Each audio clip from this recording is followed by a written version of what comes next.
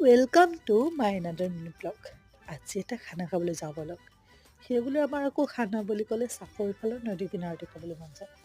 ভাবিছিলোঁ বাৰু বহুত দূৰত যাম বুলি, কিন্তু নগ'লোঁ কাৰণ ইফালে হাতী ওলাই আছিল। সেইবুলি ইয়াতে কাটা বেচা কামখিনি কৰি মেলি আমি চাহৰ নাস্তাটো কৰি ল'লোঁ।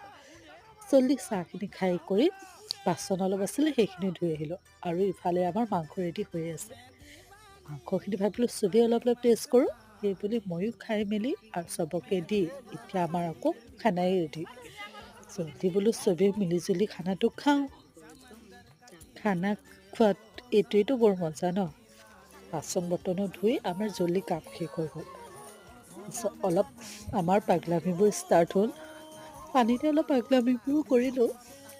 আৰু এইবোৰ এটা মধুৰ সময়, সেইটো কাৰণে সচেতনে ৰাখিব লাগে। পিছে আজিলৈ আমি যাওঁগৈ দেই। আপোনালোকে ভোজ খাইছেনে নাই?